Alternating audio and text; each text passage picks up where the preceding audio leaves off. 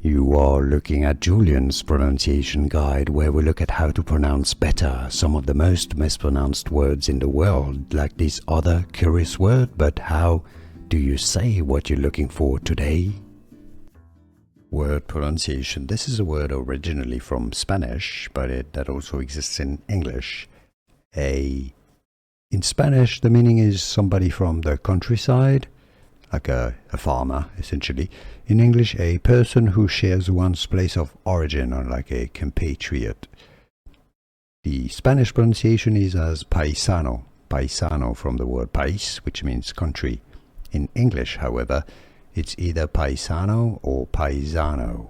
English pronunciation paisano, sometimes paisano, Spanish paisano. Word pronunciation. This is a word originally from Spanish, but that also exists in English. In Spanish, the meaning is somebody from the countryside, like a farmer, essentially. In English, a person who shares one's place of origin, or like a compatriot. The Spanish pronunciation is as paisano, paisano from the word país, which means country. In English, however, it's either paisano or paisano. English pronunciation paisano, sometimes paisano, Spanish paisano.